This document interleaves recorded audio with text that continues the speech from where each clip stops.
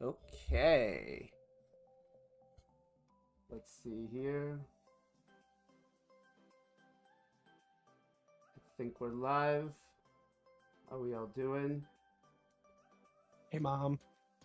Hi, Mom. Catch me now. I'm on the YouTube. There we go, live stream, Teleria Knights. Let's go.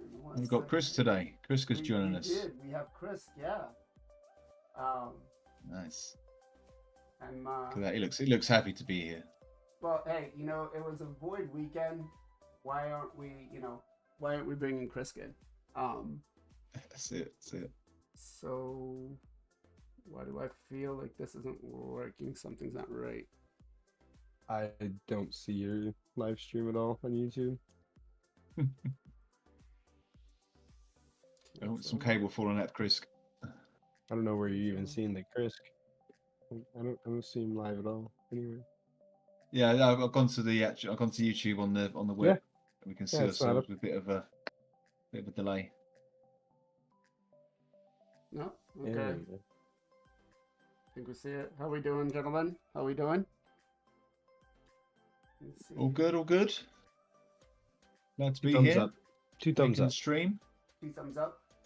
Let's see it. Let's give it a like. So someone give it a like. Bam. See it. Strike that like. Let's get it going out. Let's get it out there. Space Ace. Let's go. There's the chat. Who we got? Your Pierre. Space Ace is in the chat. Hello, buddy. Educated Potato.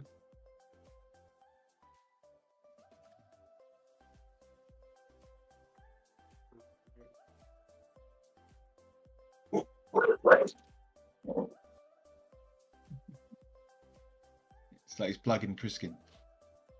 All right. I think we're getting this done. It'd be good if you could get some sort of animated GIF and just have him sort of sitting there like moving around. Yeah, I know, right? All right. Welcome everybody to the third week of our live stream. Today with me we have JR Star 3. Jay, how are you doing? I'm doing really good, man. Just another day, pushing, grinding. Nice. Thanks for coming. Next to you we have Jarec Gaming. Jarec, how you doing? BLAZIN, hey boys, how we doing? All good? Very well, thank you. Mate, I'm liking that stand desk, man. It's working well for you. Yeah. Oh my God.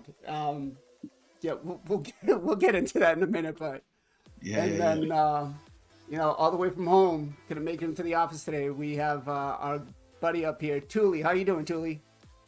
I'm alive. Not in the office, thankfully. So today we're going to be talking about a couple of things. First, we're going to start off with the fusion because we're literally right at the end, and I kind of want to review a little bit of the things of how difficult, at least for me, it has been. And we'll talk faction games, and we're going to talk. I asked the guys to come up with like 1 or 2 different things that they'd like to see of a quality improvement in the game.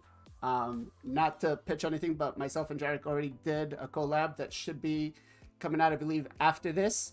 Will be put out there, so make sure you guys tune in and watch that. So let's start with the fusion.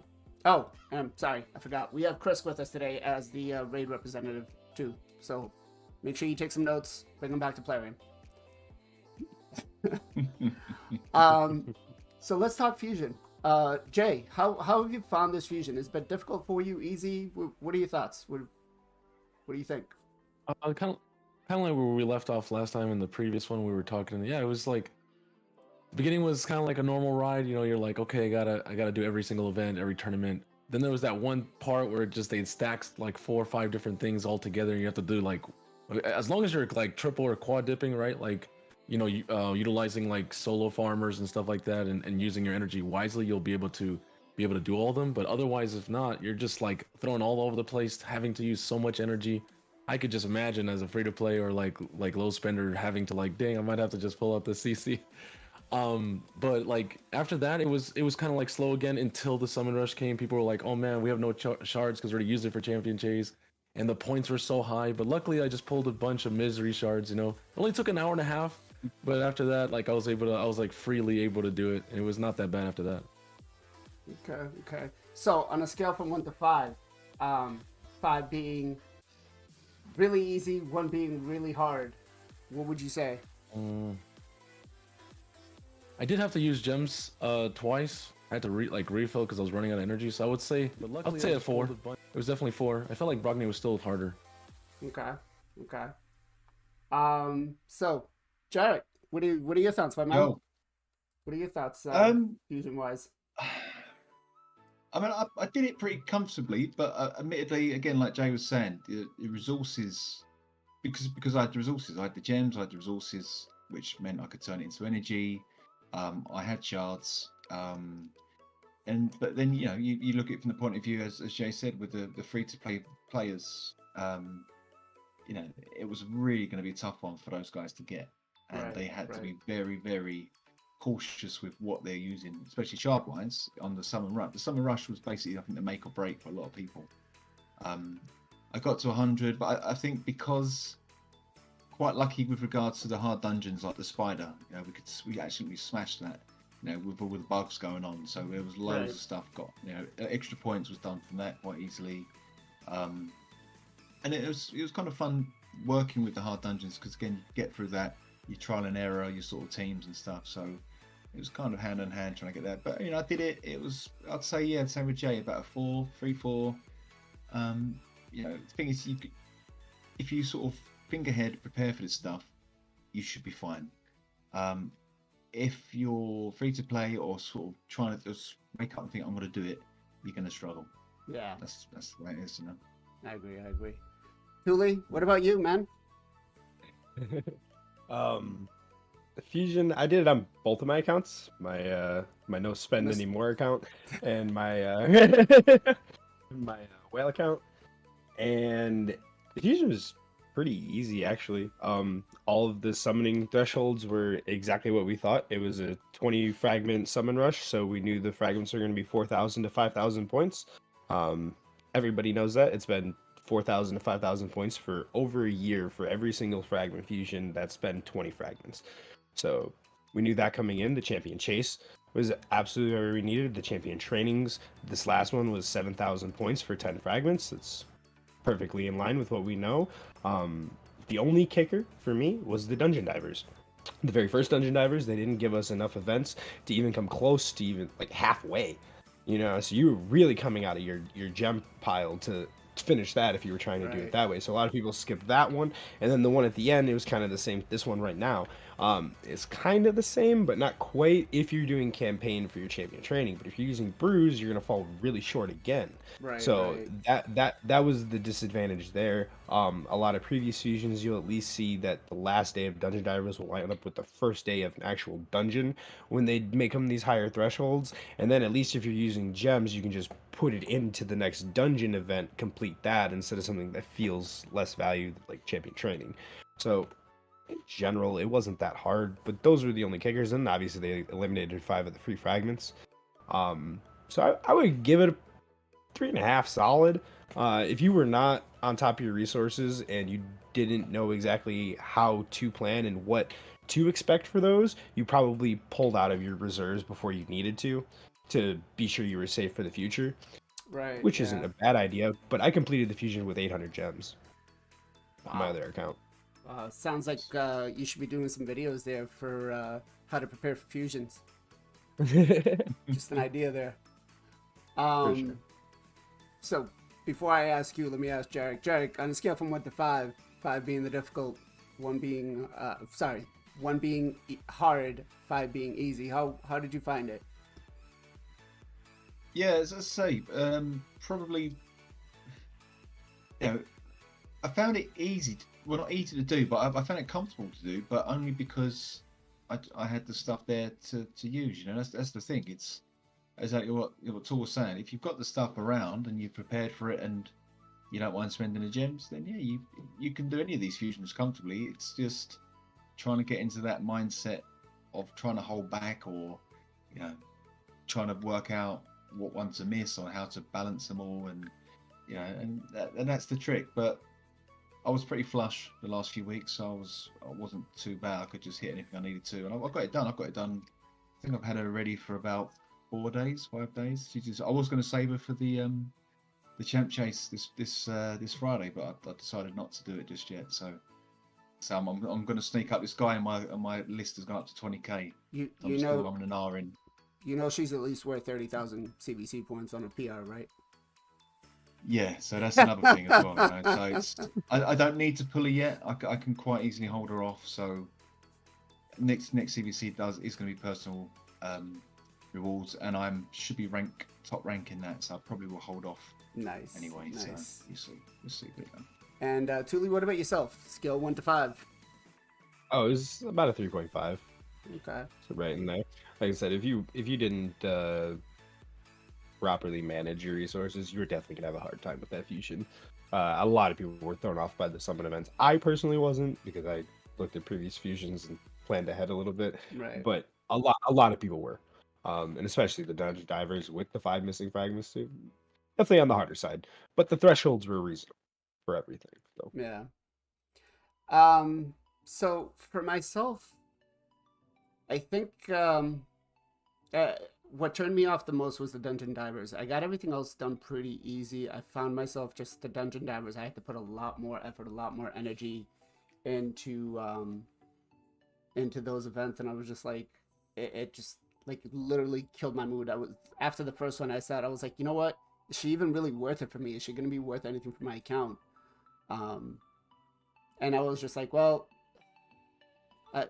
the hell with it. CVC had just finished. I had the extra 2,400 energy because we won our last CVC. So I said, what the hell, I'll go for it. But yeah, I think honestly I think Jay was right when he said it wasn't as hard as the Brogni fusion. But it definitely gives it runner-up in my book. So real quick, I just want to shout out Mullet Reaver. You guys need Clan Boss. He is the best man to go see. I'll make sure that after this recording is done, I'll put his link in the description below. He's definitely got some really good YouTube stuff going on, and definitely a fun time to go hang out with on Twitch. And Mr. Educated Potato here, one of the best arena players that I know. I've tried to take on his team a couple of times and failed horribly. So he does very well at that, and I'm gonna try to push him to do a little bit of YouTube content. We'll see. I start nudging people. I get people to start changing things a little bit at a time. We get Jay to upgrade his camera, and we get Thule to upgrade his camera. So little. The little guys, we're working up. Yes, you fix your curtain. That's it. Now we just got to work on your lighting a little bit. Yeah, that's it. So make sure you guys go check those out. But yeah, so Clan Boss was the last one. But the faction war games. I think, it wasn't that bad for me, because I did have high elves, but I think a lot of the content creators had some difficulty here. Now I know Jay decided to sit this one out, and it can be a little bit resource management on us. I try to pick it so it falls either before CVC, so we know what we can prepare for, and give these guys a little bit of a warning up so they can try to build some champions that they think they might need, and spark up their creativity. But it's hard because we're not all tier 3 content creators. I think Jay is the only one, and who's the HWZ is the other one that is content creators, and I think they get like a slight perk for being in there. But it's not much. Yeah, it's not much. Yeah, the rest of us gotta pay out of our pockets, if we want to compete with this and do this. So it's all about planning it in advance and giving the guys enough time to do it. The first one we did with the faction wars with the clan boss, I can tell you for myself, it was very strainful on my resources. I was like, I want to go, I want to get this, and you know, it was hard. I'm not gonna lie. I found it hard. I don't know. What about you guys? I know Jarec wasn't in that one, but what about you, Jay? What did you think? Was it hard? Was it easy for you? Yeah, I only had 2 days to do it because the rest of the time I was streaming and doing other things. But those last 2 days, yeah, I was just like showing people what my thought process was. I couldn't really even have time to like do, calculate like 2-to-1 or anything. I just built a typical 1-to-1. I put my best champions in. I did try, 2 different versions. I was like, let me try my version. Let's try the one that chat was saying, like add the Ursula de Mourner. But then I just noticed that my original one was actually better, just using all the Legos and just getting the beefy stats. Because reviving people was just kind of like the Rhonda would just die and I'd bring her back, and then she would just die in 2 turns after that anyways, because I didn't have full books on my Hillier. So I was just like, man, I should have went for the original one. I lost 2 million, so the number that I had was not the actual best, but it was the next best, and I still got like 3rd, 4th place. So I think I'm still pretty happy with it. So yeah. Thule, what about you, man? I know you just went straight to Mythic Comp, so. Yeah, I mean, it wasn't a 2-to-1 to Mythic Comp. It was just an ally protect team, really. My mouse is my first love. I didn't really struggle with it, to be honest. I did have to book my Kira, so that cost me, what was it, like 5 or 6 Lego books, something like that. I got a lucky booking her. I didn't have to end up fully booking her, but that was still Lego books I had to come out, and I think I spent like 20 or 30 mil silver. So it was definitely one of the more resource intensive challenges that we've done, and hopefully one of the more higher end that we'll do in general. But it's definitely one of those things that people, they have to plan for. You know what I mean? And especially, I mean, like me, I don't have a whole lot of other things to build on my account. So when CVC comes around, when we're doing a challenge, I'm just like, okay, cool. I'll build these couple epics or whatever I need. Maybe I won't run masteries on everybody, but building champions is easy enough. I can 6-star just about anybody at this point on my account. So yeah, it's definitely something that people got to plan for. It's smart to do it before our CVCs and stuff. So. All right. Yeah, we're gonna work on the timeline, try to get them a little better, so everybody has enough time with it. But so this one was an interesting one. I wanted to do something that wasn't going to be as resource intense for us, and with this one we decided to do faction wars and speed runs. And the thought for this was, well, if we start with a base of 3 champions, when we can only have 1 legendary, and then the other ones can be the epics, rares, commons, uncommons, but a maximum of 3.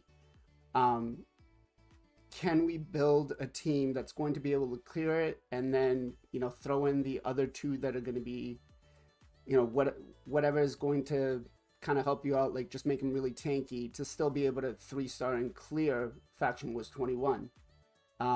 Now, unfortunately, we didn't have any low-end content creators that have been playing for at least 2-3 years or haven't kind of willed out.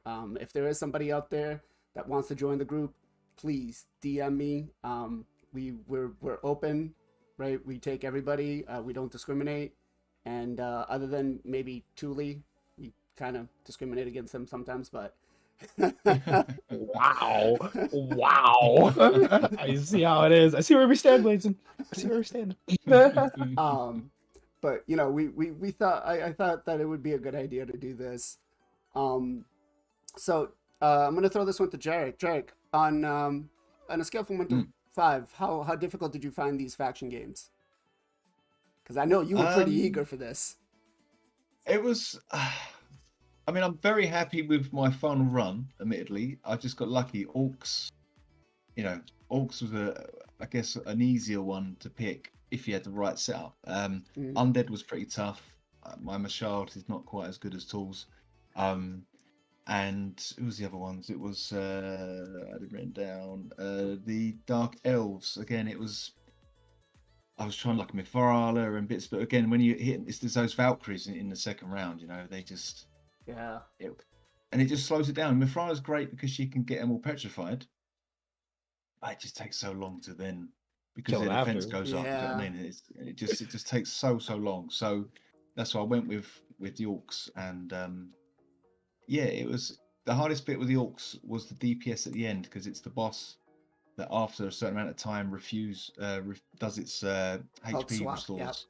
Yeah, so that was tricky. So the last run, the time was actually surprised me. I was very happy with the time. But yeah, it was tough. It was very tough.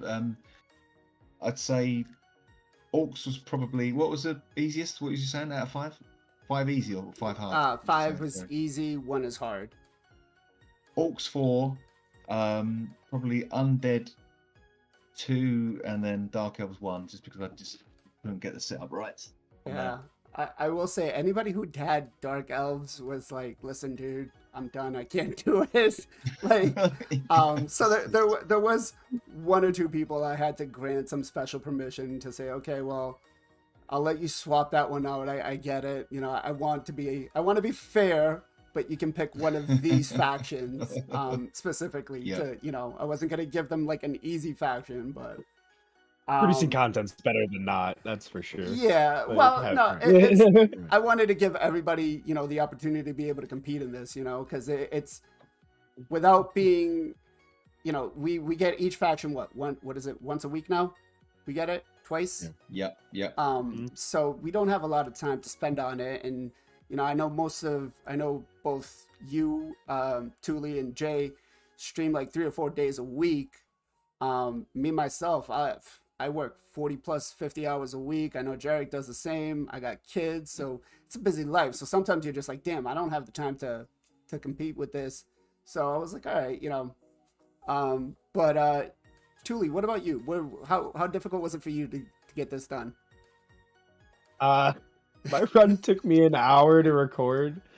On paper, I was like, all right, there's a little bit of RNG here, but it won't be that bad. An hour later, I was like, come on, just do it one time. Nick, Man. So, in general, I think these challenges are fun. I don't think most of us will have that much of a problem getting like completions at the point that most of our accounts are, at least. I didn't have that much problem with it, no. Okay.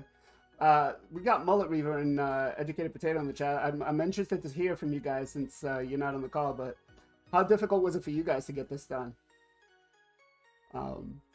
But for me, I ended up going with the High Elves, and I was like, I'll smash this. I'll get it done. And I don't want to ruin what my team was, but I slept on one of these champions for so long. Hell yeah. But let me ask you guys. Yeah, of course, Educated Potato, easy peasy. Easy peasy plus 4. Yeah, you know, I got this. Just one shot all the waves, get to the boss. The boss tells me not to do anything, right? Yeah. But all right, let's see if I can pull this up real quick and get this open here. Copy link. We're gonna open up a new tab here.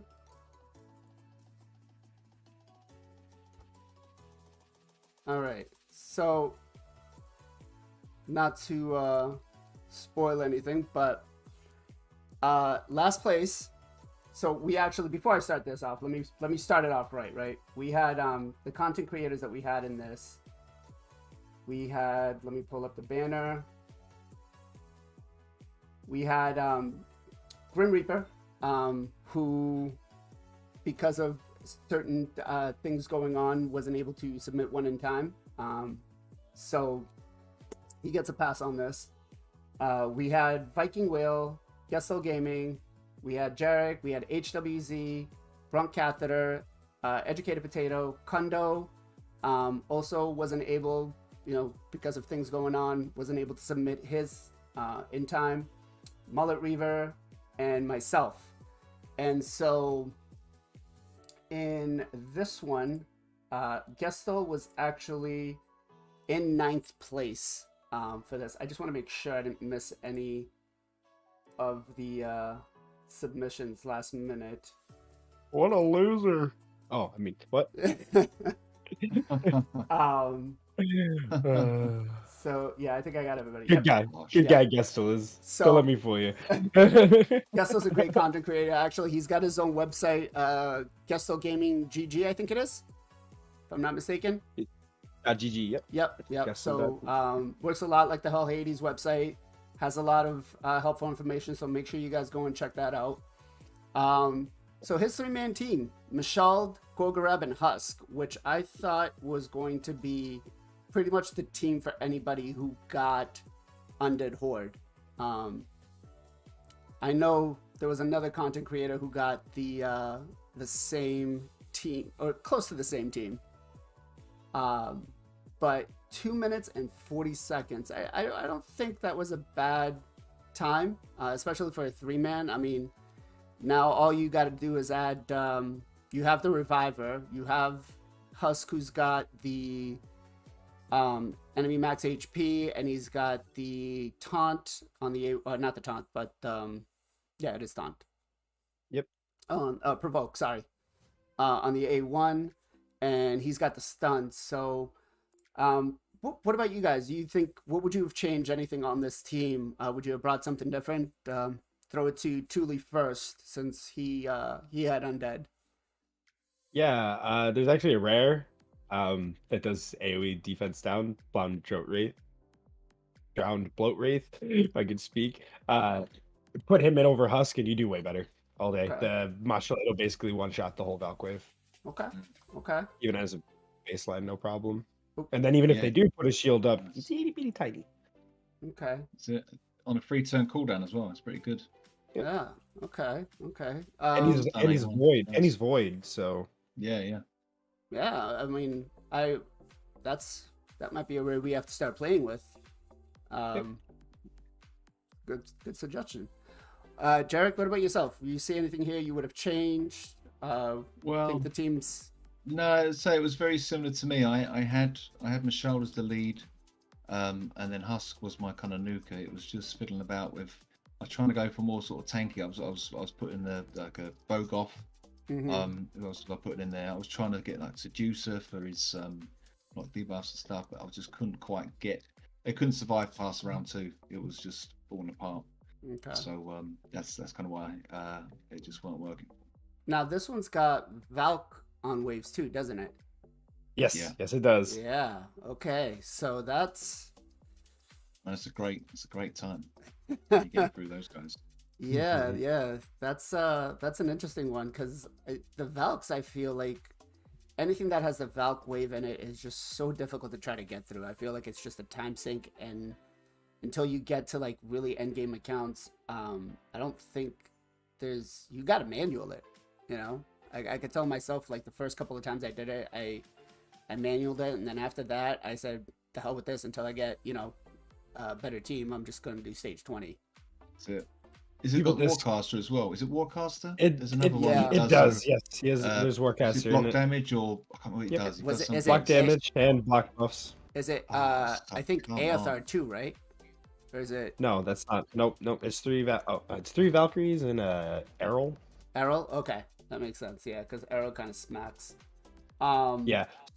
Defense down is really the secret to the Valk wave. If you bring Yeah. defense down, they barely hit, and their shields are small. They also die Right. like almost instantly. Every faction can beat that wave pretty easily with reasonable stats. I think I one-shot the whole wave with like 3.5k attack on my Skull Crown. Wow. Like Wow. you don't need a lot. Jay, what about you? Would you have changed anything here? Would you have? Or you think the team's good for a 3-man team? I probably would have went Wait, Vlad, Yeah, I was just gonna Gorgie. say. Let me guess, Vlad.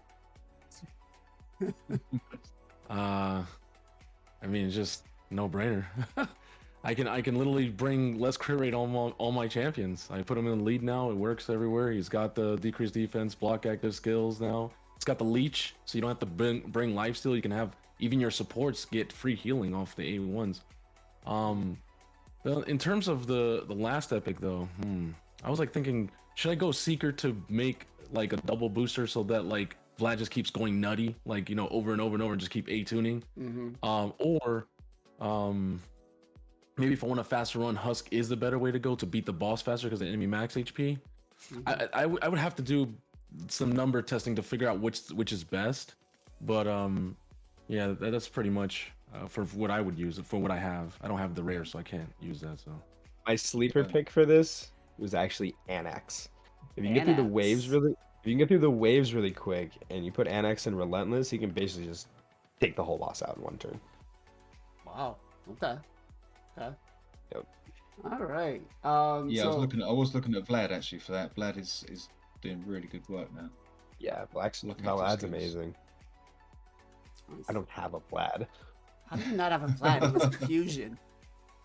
Sorry, I have a Vlad. I don't have a Constantine. I also don't have a booked Vlad, but you know, I'm not gonna lie. I really slept on Vlad. Like, there's a content creator out there that really, really loves him, and I was always like, Vlad, what are you gonna do with Vlad? Forget Vlad.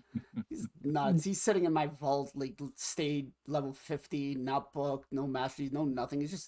He was just like a 30,000 CVC point type thing. And I ended up doing some faction wars on my son's account, and oh man, yeah, it changed my mind. And especially with this buff that just came in too, he's definitely sleeper OP, like Educated Potato just said. Yep. +2 booked Vlad. Nice, Educated. All right, so next we have myself. I came in 8th place. I have slept on Battle Stage for so long. I keep pulling her as a Void epic, and I'm just like, what the hell am I going to use here? Because I was like, I need somebody that's going to be able to cleanse, because the boss gets the stuns and the fears. And I was like, damn, like, what am I going to do? And I knew I needed to decrease defense, so Tyrell was going to be my choice for that. And Ethos, I mean, Ethos is just Ethos, right? But Battle Sage, I put her in a stun set, really high resist, high EHP, and man, I won't be sleeping on her again. I can tell you that much. Does she do increased attack also? She does do increased attack, and she does do a revive on death too. So it was like, I was like, wow. I mean, she doesn't bring any HP. She doesn't bring any healing, but if you have her running fast enough, I think I had mine running at like 270, 280 speed, and it was, you know, the boss goes, she goes, puts it back up, increase attack, puts it back up, increase attack. So my Ethos had increased attack almost up the whole time, and no, it's a free turn.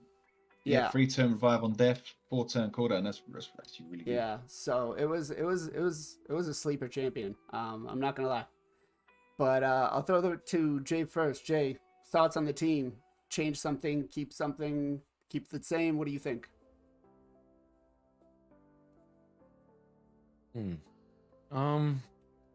No, you have everything you need. You got the 1 DPS, right? You got the one, well, like the clear that goes through the waves, kills bosses. You got the decreased attack and decreased defense. Also steals turn. I think he's decreases turn meter, right, Tyrell? Tyrell, yeah. So that could help out as well. Decreased attack too.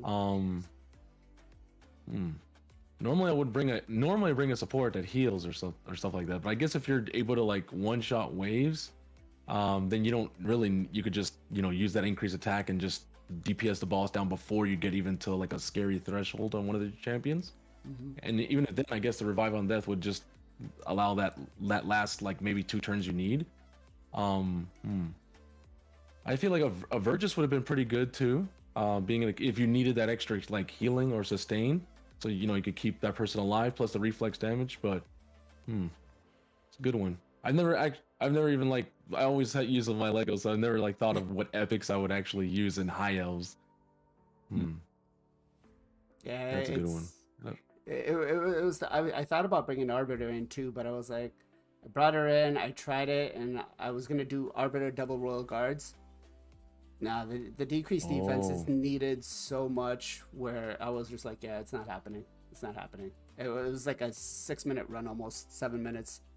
And then Jeez. Torture Helm and then the Maneater Norog wave, right? Yeah, yeah. And when the man-eaters get that the unkillable up, it was like, oh man, what am I gonna do now?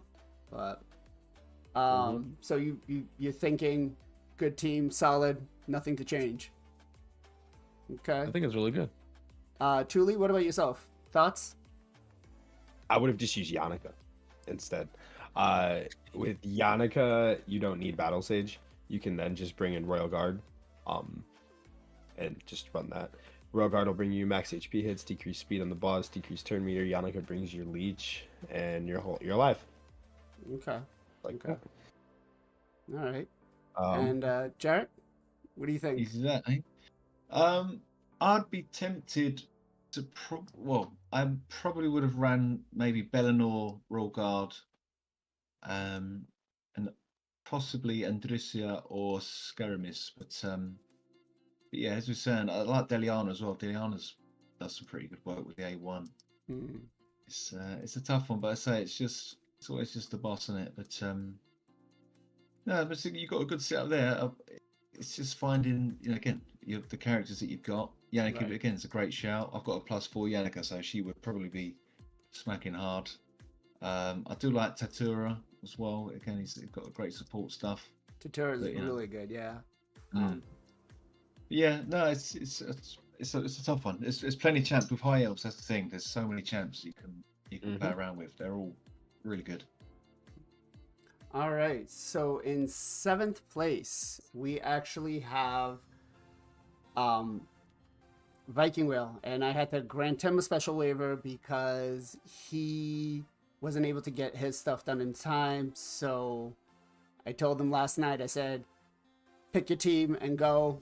And he went with Bannerlords. I think it's a solid team, Barons +1, but Barons are usually built really, really slow right now, so it's not like you can just go time after time after time.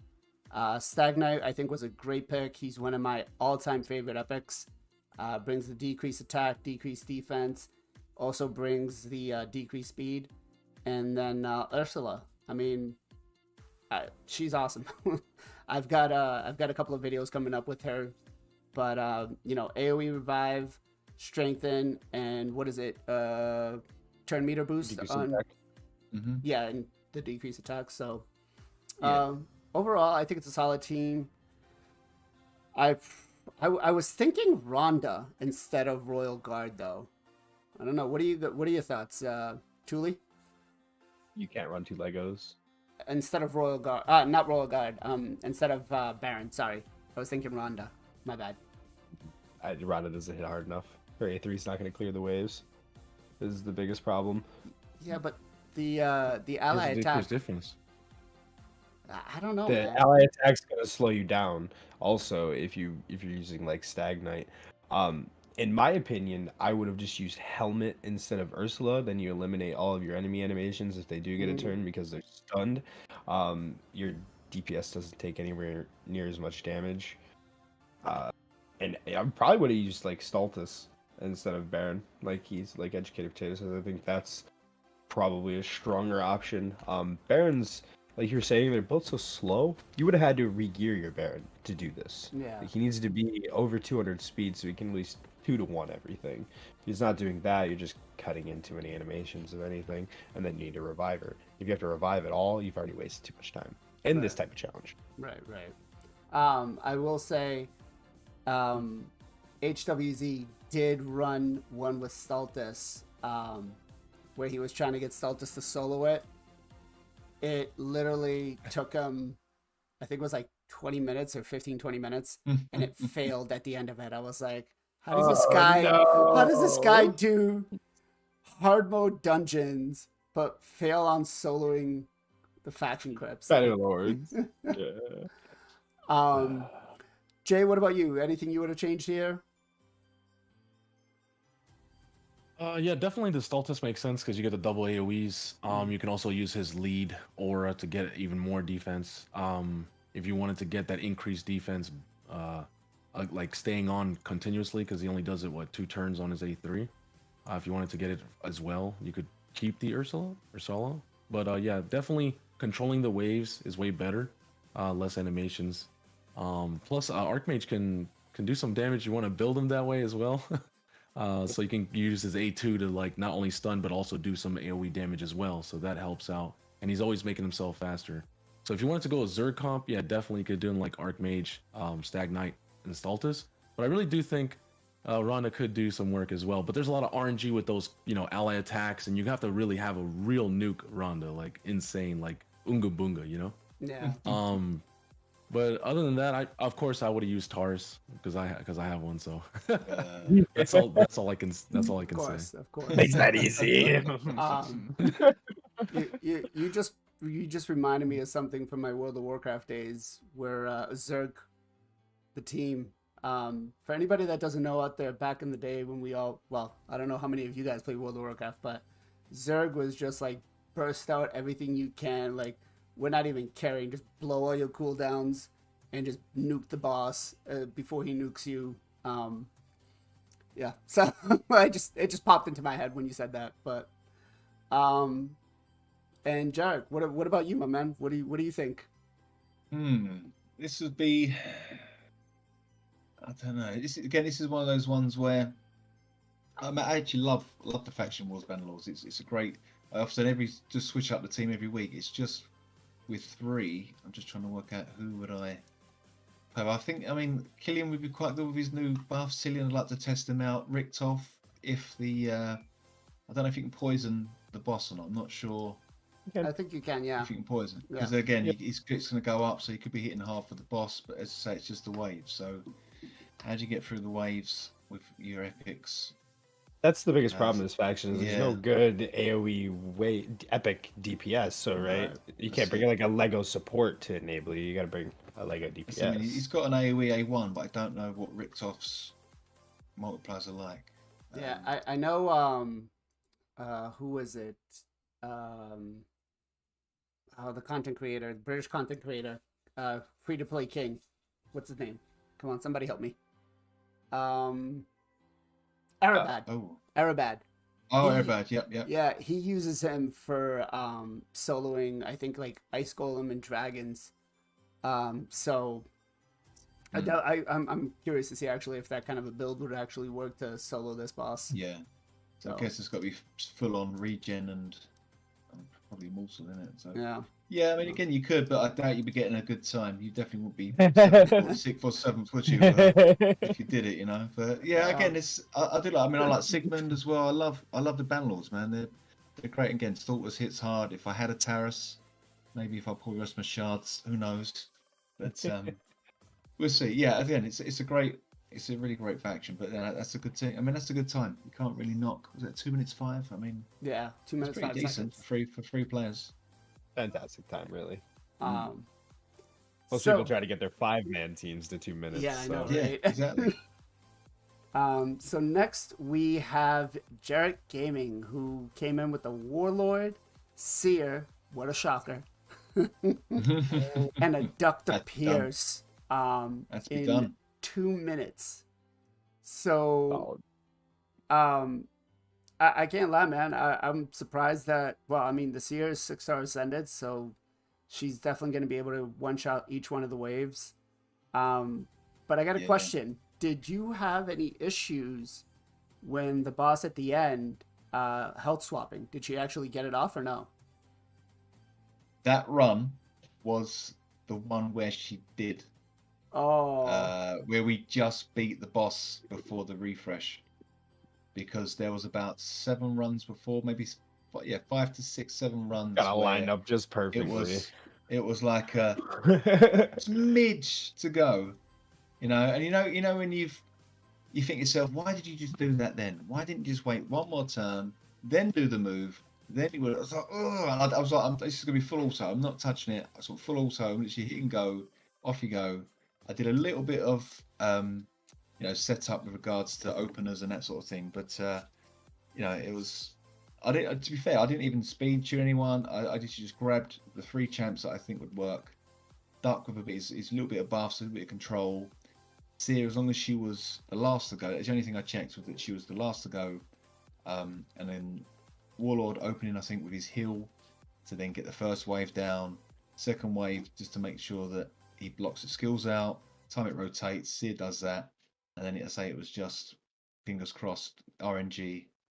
And I was happy. I was happy with 2 minutes. I don't think I could get it any lower. I think I was getting to about 225, 230. And then this one suddenly everything just went right. I was like, cool, man. I'm saving that one. That's my run.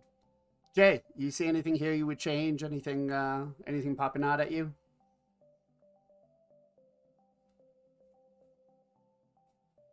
It's I like Duck. Yeah, Duck is really important, just like Stag Knight is in Bannerlords. Of course, Seer's the best, wave clear. So it's like you're not going to use Tolf to main. right. Some people use like Tuhawk to control the boss or to control his wave speeds.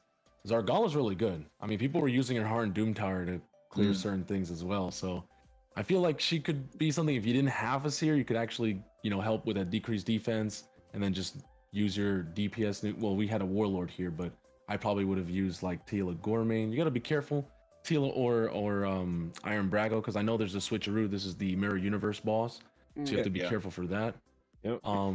But like there's so many good legendaries that do damage in this whole thing. Yeah, Robar, you got Iron Brago, you got Tila. See, Like, I was thinking about Robar, but as soon as you can only get the stun on the ads, and then that's where his sort of main damage was coming from. Once those ads are dead, then you kind of lose.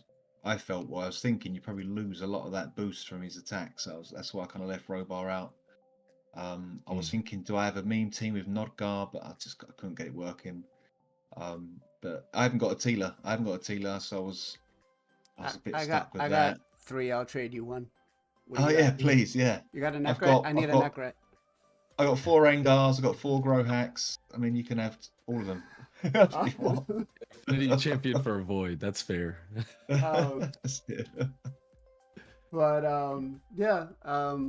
Thule, what about you, man? You think anything you would have changed here?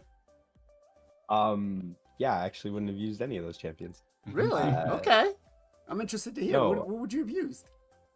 Assuming you've done enough Doom Tower, I would have used Varl, Zargala, and Bloodfeather, actually. Okay, so Bloodfeather is I do have a finding Vol, but not. Yeah, he's not leveled up. Who's the other two? Tool? Zargala and Varl, and then Bloodfeather. Bloodfeather, I guess, isn't just good. Why Bloodfeather? Because every one of her abilities gives 30% extra crit rate, and her aura is 20% crit in factions. So you can build her at 50% crit rate. You only need to find 35% crit rate in your build, and you have a capped Bloodfeather. Wow. She smacks. Okay. Okay. That's an interesting one. I guess she's not just good for the fusion, so okay. All right. Yeah, she was buffed. Yeah, I remember she got buffed, didn't she? Must have been. Yeah. It's a few months back now, but yeah, you're right. That's a good shout. Yeah, I'd say I've not long. Val was my last. Yeah, he's deep in there. He's deep in there. He was my last tomb Dark Tower Lego that I got actually. So yeah, he's still sitting there, not touched. He's cool. He's just faction war champion though. So. All right. So in 5th place we have Front Catheter, who Cat herder. Not catheter. Cat herder. Front cat herder. Hey, listen, dyslexia sucks, okay? I had the herder of the cats. I had to. He's another one I had to grant, a waiver to, because he's like, dude, every one of my things has got Valkyrie waves. He's like, I tried everything I could, and I could not get past the second wave under 5 minutes. He's like, it was not happening. So I said, all right, we got Bannerlords last night, and Undead Horde. I'm like, just pick one, go with it. He brought out the Vlad. Solid right there. Seeker, Vlad, and Husk. With a minute 45, it's actually his best run, even with a 5-man team. So he's managed to actually make it his best time. So I think you could take that and build up on it and make it, at least a 1-minute run. but I'm gonna throw this one to Jay first. Jay, thoughts on the team? Watch from there, Nate. It's fine. So. Well, it's pretty much what I mentioned earlier. Just sacrificing the husk for Gorgi. But I did say that the husk could be possible as well, so there you go. It kind of proved my point. Jarec, I see your son on the camera on the little end. Hi. Oh, sorry. Yeah. He's no worries. He's telling me what's going on. So if he wants to peek his head in and say hi, he can if he wants to. He's all right. He's still not even dressed. It's bath time today, so go and get some clothes on. So nothing to change. You'd keep it that way, Jay. Yeah, I like it. All right, Thule, what about yourself? What do you think? Yeah, I mean, like I said, I would just bring the John float wraith in, but nobody thought about him. So, actually, he has a Vlad here. So, actually, this is where I'd bring in the annex instead of Seeker. Actually, okay, because you need the husk to stun the second wave. Yeah. And Jarec, anything you see here that you would have changed? No, not at all. As I say, Vlad is a fantastic lead to have. Husk again is great, and I was trying to get Seeker into the team I had, but I just didn't have him built right, and I've had him. I think he's only like level 30 at the minute on 5 stars. So wait. You have you have a level 30 Seeker? Who uses Seeker? Yeah. What kind of clan boss team are you running? Depends. My Ultra Nightmare is a double man eater with Deacon, Mashard, and Acrisia, and then the rest are a double Acrisia with the demon. Oh, what's his name? It's a Farrakhan, 2 Acrisias. Yeah, Helicath, and I think Mashard's in it as well. So I guess the Ultra Nightmares. No. It's not a problem when you have a Chrissy as in the team, right? No, exactly. You just hit also, and it just seems to work. It's great. Sure, Nick, what's up? What's your question, my man? So that was 5th place. 4th place, we have Mullet Reaver. Now, I was honestly expecting to see a Kriskin here. I really was. And we didn't. We saw a Fushan, a Broadma, and I want to bring Mullet on the channel and ask him why the Broadma and a Jarec. So, I mean, granted, the Fushan is a +2, but yeah, I think under a minute, which is actually now his best time. So I'll start off with Thule first. Thule? So hold on, let me I know we got Chris on the channel today, so we're kind of pushing him away. Right, so the thing with Broadma, right, is actually I'm really surprised he chose Fushan over Draco to begin with. I'm just gonna start there. That is bold move, Cotton. The big advantage of Fushan here is definitely that he can take out the waves quicker, but Draco's gonna obliterate the boss. So he definitely needed Broadma for the revive, and then I imagine he's just using the Jarang to stun. What are the waves on this? I forget what the waves are. I think the waves are the same as the I think. Oh no, wait. This one has the rare that does the unkillable. What's his name? Paragon, yeah. It's the Paragon Nazana wave. Yeah. Okay, so that would be why you didn't use Draco. Okay, makes sense. Yeah. I like it. This is another faction that the epics, there are no damage dealers. Who are you gonna bring? You have Venomage that can do a couple poisons, but that's it. So you might as well just bring somebody to enable your fast guy, right? So with the stun, if you can AoE stun the whole wave like we were talking about before, you eliminate all those animations.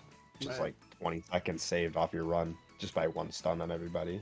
So I'm sure he was utilizing something like that, and then just having Fushan applied 19 hits on one A1, and down goes the boss in one shot, right?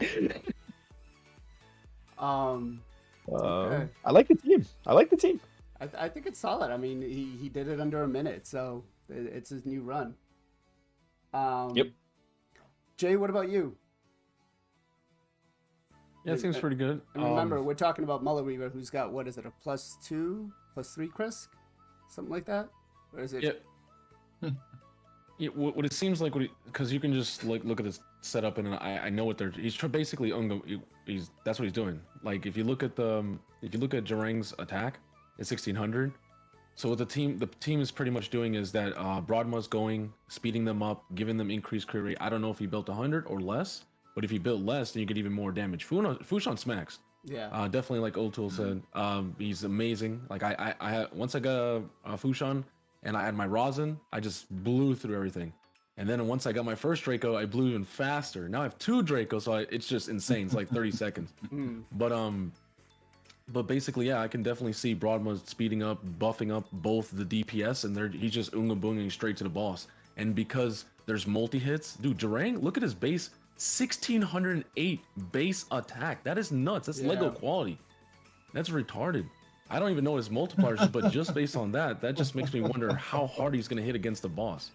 That is crazy. So yeah, ignoring defense on the A1 as well. Yeah, that's the thing. Exactly. Defense. Yeah, get him nice and quick. Jarec, what about you, my man? What do you think? Anything you would have changed That's here? the thing. Jareng, I've never really had Jareng or bothered with him. It's always his sort of brother Basilisk that I like to use with his A1, his AoEs and the sort of in the stun set and stuff. I've never really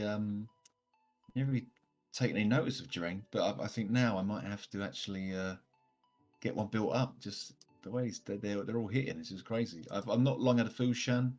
He was quite late to the. I had to buy him from the token trader. Yeah, I bought him from the token traders. That's how I've got to get one at least. But yeah, he hits hard. Yeah, same with the Dracomorph. It was just I always find Dracomorph just to be a bit too squishy to lead. I mean, I'd struggle to keep him alive. I think in the build I've got him. Yeah, probably. I mean, my Krisk I've got does hit pretty hard. He's got tons of defense, tons of health. He does hit hard when he does his A2. Actually, seems to do the most damage when I have him in an arena. So I probably would have put Krisk in there, Venomage, yeah, maybe Broadmoor as well. But no, I mean you can't. 55 seconds, you can't argue that at all. Yeah. It's ridiculous. Does little Jarec want to come on and say hi to us? Oh, no, it's fine. They've been packed off to bed. So it's. I know. I I said he could come on. You know, I don't want him to. No, that's fine. I said next time. Put a top on and he can come on. All right. So, Mullet Reaver was actually for our first faction war games, clan boss games. He was the one that won. I mean, he's just a clan boss. God, I guess is the only way to define him, right? And he's an enthusiast. He does enjoy the clan boss. yeah. I mean, hey, who has 5 man eaters fully booked, ready to go? You know. True. But yeah, he did good. I'm really surprised with the team. Again, I thought he was really gonna bust out with the Kresk and something else, but you guys are you know, Thule was right when you said there's really no damage dealers, no epic damage dealers. So Kresk, hopefully you can feed that back to Plarium, and you know we can get some Lizardman nukers to come in. You know, hopefully. But let's.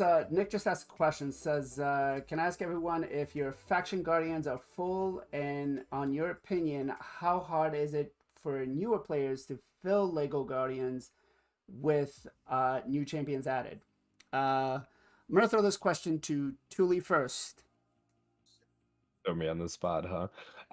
So I don't. Yes, Mr. Kraken. Yes. First off, faction guardians don't provide that much stat bonus until you're in the late to end game, where those minor amounts start pushing you over certain thresholds that actually matter.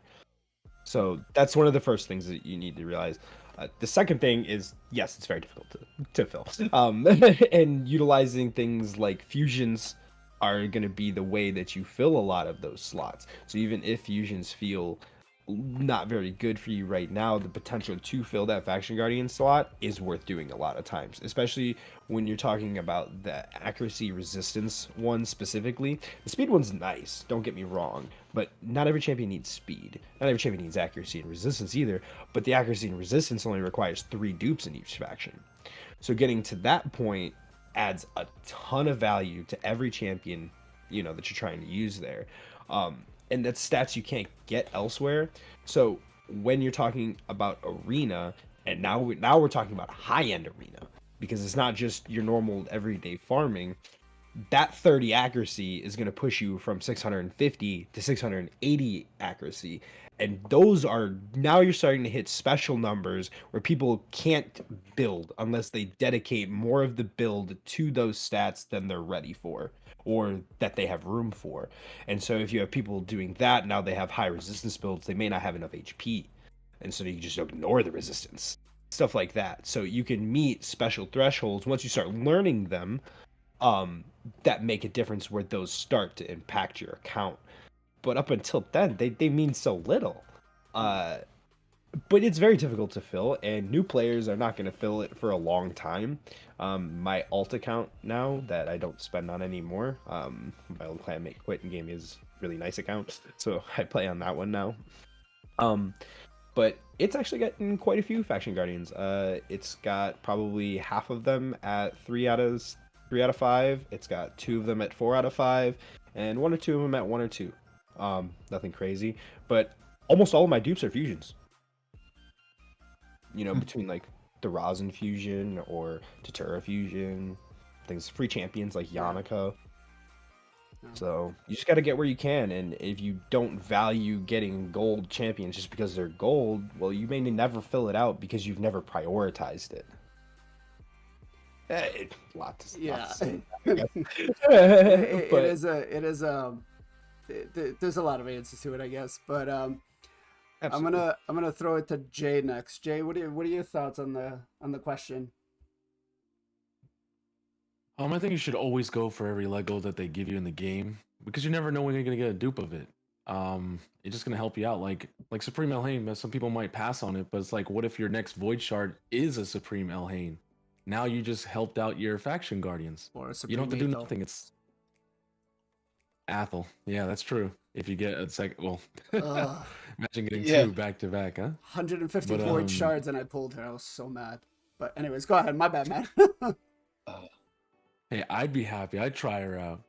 But but yeah, you definitely want to go for every single, champion if you can, right? If you have the resource to do it, because you never know when they're going to be that champ. What if you, for instance, got like a +6 blessing, right? For a specific champion that you normally wouldn't have gone for, but you actually went for it. Then a week later, you do Iron Twins, you pull some, Mortal Soul Stones. Now you have a 6-star champion that you thought you were going to go for, and now you can use that to progress your account. So there's just a lot of reasons why you should always, keep up with things. Even if you don't want to, try. You don't have to get too crazy into the FOMO of it and then waste a lot of resources and waste money, but at least try your best in grinding what you can and always staying strategizing. I always treat raid like real life. You don't want to go too ham, because then it might be too crazy, but then you don't want to go too little, because then you're losing opportunities. So always find a good balance. That's what I try to do. And now, no spoilers, but Mr. Jarec here, I've seen what his Faction Guardians look like, so I'm interested to hear his opinion. I'd say, how deep is your wallet? What's the credit rating like on your credit card? I mean, it depends, man. It depends. If you want to play it cash, if you want to play free to play, yeah, man, Faction Guardians. I wouldn't even worry. I wouldn't even worry about Faction Guardians, unless I think, like again, as Tool said, it's more of a end game, pushing up your stats, helping you get those arena numbers. Just the 3v3, the extra resistance, the accuracy, all that sort of stuff. Once you get that and your Great Hall, once they're all, because probably by the time your Great Hall's getting bigger and golder, your Faction Guardian's going to be getting full up, and it's that probably balance that's going to get you to what we call endgame, and that's what you should probably be concentrating on. If you get a dupe, brilliant, that's a bonus. Stick it in there, and congratulations. But I wouldn't be focused on it unless I am, again, as Tully says, sort of capped out. You know, I have nowhere else to push my champions, or you know, if you've just got so many to muck about, or you just love opening shards like I do. So Yeah. you know, that's kind of how I see it. You know, it was added, I think, for us plus level 80, 90 players that have just got tons of these Legos sitting around, and if you didn't want to vaporize them and get one of 5, 6 different champs that you've already probably got anyway, then what else are we going to do with them? So they thought, okay, we'll do that. And you know, as Tully said, it's once you get to that third stage, great benefits. But you know, it's going to take a while. It's going to take a while unless you're really hand over fist going into buying. And again, what Jay said, definitely do every fusion that you can. You know, that Oella one, I was in 2 minds, but then it's like, well, it's not that difficult because you are really just doing the stuff you do every day anyway. Right. So, and again, if you prepare for it, and you know a fusion comes up every month or every couple of months, you can prepare for it. You can get clan boss shards, you can just tuck them away and forget about them. And before you know it, after a month, you'll have quite a few, and enough to generally get through Summer Rush at least. There you go. That's my so I definitely agree with the sentiment of how deep is your wallet. You know, if you're going out there and you're buying the shards, eventually you're gonna get everything. Oh, actually, I don't even know if that's possible because we've got over 700 champions in the game right now, something like that. So when most of us started playing, you know, I think raid release was it 300, or something in that vicinity, and you know, my suggestion is early game, worry about epics. Don't even look at the legendary ones, because you know, until you get to, again, like what the guys were saying, end game where you're farming things for like a platinum arena or something like that, that's where it's really going to matter. But I do feel that it's just a money pit. It's just how much money you're going to put in. So I wouldn't say it's a priority at all for me. If I have them, I have them. But yeah, that was a good question, Nick. The Big Derp is talking about Live Arena. Oh man. Live Arena's in the game. It's in there. The coding's in there. We've seen it, but that's gonna be a whole big slew of things. I think that deserves its own 4-hour turn podcast. Yeah, it's gonna be a whole pot to cook. All right, so now we are down to our final 3, and this next one I really had to get on him to get it done. And the first one he submitted was a really, really long run, and I was like, no, you can keep pushing it, you got it, come on. But HWZ 2-manned with Stultus and Stagnite in under a minute, 45 seconds. That is his best run. Nice. He tried to do one with just Stultus, and like I said, I think like he sent me a screenshot. It was like 12-13 minutes, something like that, and it failed at like 20%. And I was like, damn. You know, this guy just does hard mode dragons, and you know, just basically carries you through it, but can't really solo this boss. But you know, he did meet the rules. It was 3 champions or under. If you could do it, or you could do a solo. But I'll throw it to Jarec first. Jarec, what do you see? Anything you would have changed here? added? I just want to. I want to see those stats, please. Thank you very much. I want to get those builds. That is incredible. As soon as I saw that, I just thought he must be almost soloing Dragon Hard now, because that's insane. Yeah, and honestly, like I've tried with Stultus to do Dragon Hard solo, it doesn't fly. It doesn't. They've tuned it enough to where you can't do that. And I even tried it with like Battle Khazard. One of my clanmates has a +4 4-star fully ascended, and you still can't do it. Still can't do it. But Jay, what about you? Anything you would have changed here? Anything would have added, taken away, replaced? Well, it is a team that I would have went for. I would have added a third champion, but if you can do it with 2, that's even better. I mean, less animations. Maybe that third champion would just hold you back and let Stultus get back to his skills even faster. I'm curious if what set was he in? Was he in some sort of sustain, a reflex set? I don't know. I'm guessing it would probably be Savage. He just went straight damage. Okay. Yeah. He didn't give me the breakdown of the gear. I'll have to ask him. I'll have to ask him for it and kind of do a follow-up video on this where everybody's teams, because we are running way over and under just talking about the reveal. So I wanted to show the videos, but it looks like we have way too much, and I have some other things I wanted to ask you guys. But Thule, what about yourself? What do you think? Anything you would have changed here? I would have added helmet. You're adding too much wave animations with Stultus. Okay. Unless you literally one shot, and then get to the boss, you need to stun them.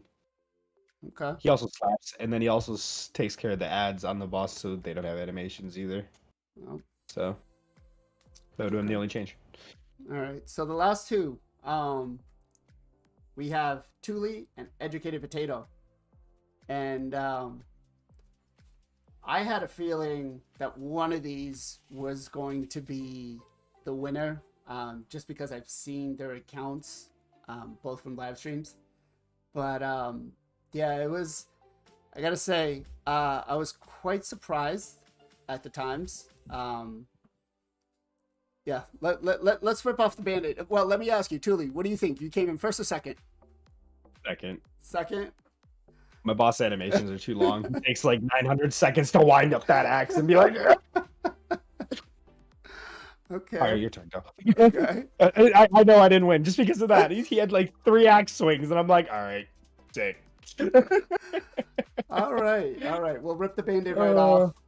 Second place, we have Thule with 37 seconds. He's got Arbalester, Mashald, and Gorgorab. I looked at this, I was like, God damn, 37 seconds. And I didn't look at anybody's results before last night when I was putting this together. I didn't want to ruin it. I wanted to keep the suspense up. I wanted to, plus I don't trust myself not to leak information, But I've got to ask the Arbalester, why is she the one that does the decreased defense? She doesn't do anything. I just threw a third champion in there, so I'd have 2 champions. It was 3 or less, right? Yeah. Okay. Just checking. So we'll throw it to Jay first. Jay, anything you would have changed here?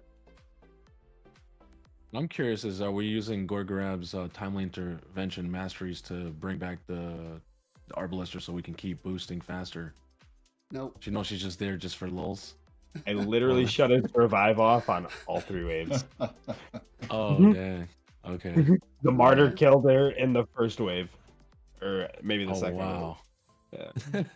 Okay. Well, maybe then it gives permanent. It maybe get with the other support master gives permanent Gorgrab speed.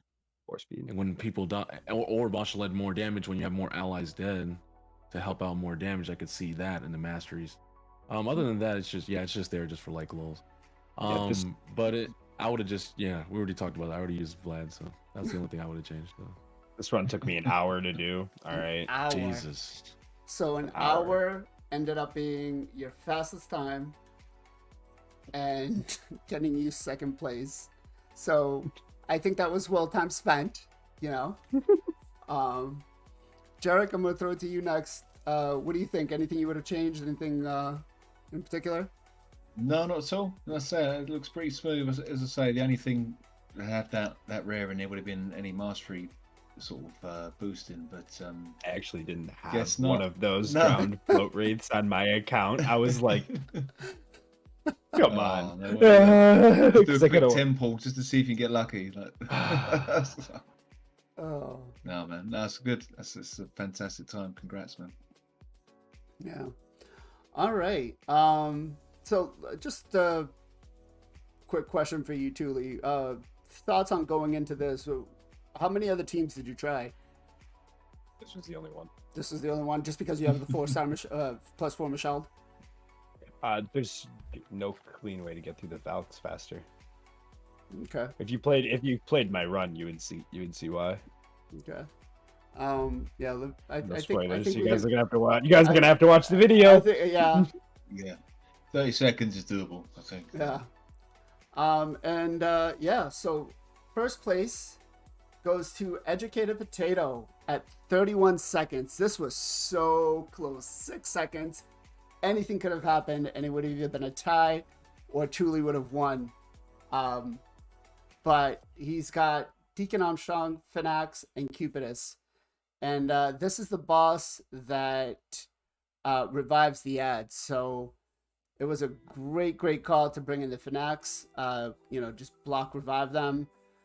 Deacon with the turn meter boost. And I'm guessing, Potato, that your Cupidus is just built for arena, so he's just really slow and savage. But yeah, I think this team, I don't think there's anything I would have replaced, honestly. No. I think it's solid. He's got decreased defense, turn meter boost. He's dealing with the ads. But yeah. Thule, I'll throw it to you first. Anything you would have changed? So spoiler alert, I guess. If he actually didn't touch the ads one time. Really? No, you don't have time to hit the ads. You just hit the boss. Wow. So there's nobody better to do that job in this faction for sure. Cupidus is his hardest hitting Lego, and Phoenix is the hardest hitting epic in the game. So you just hope you get a counter attack on the first hit, and bada boom, bada bing. Okay. His Cupidus basically did 60% in one shot or something like that, and then he A3'd it, and it's crazy.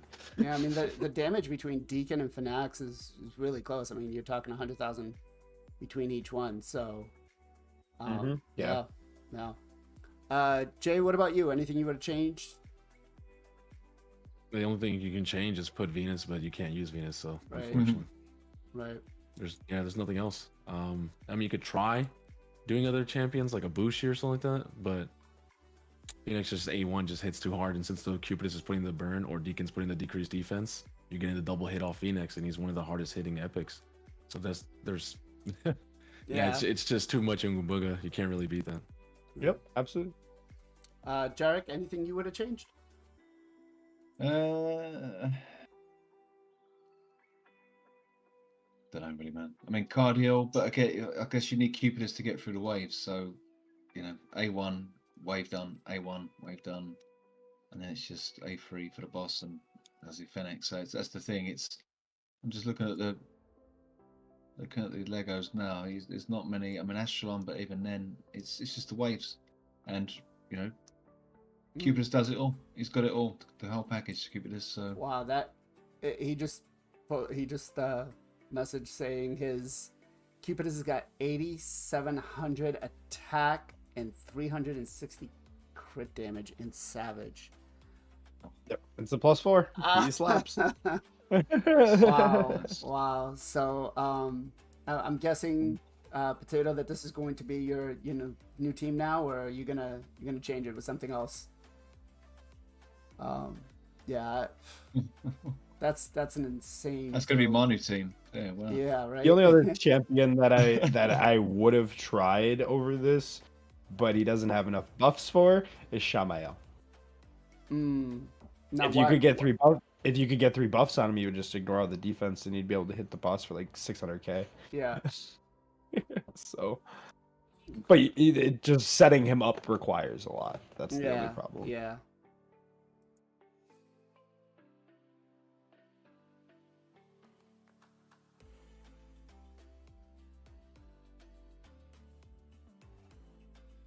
All right.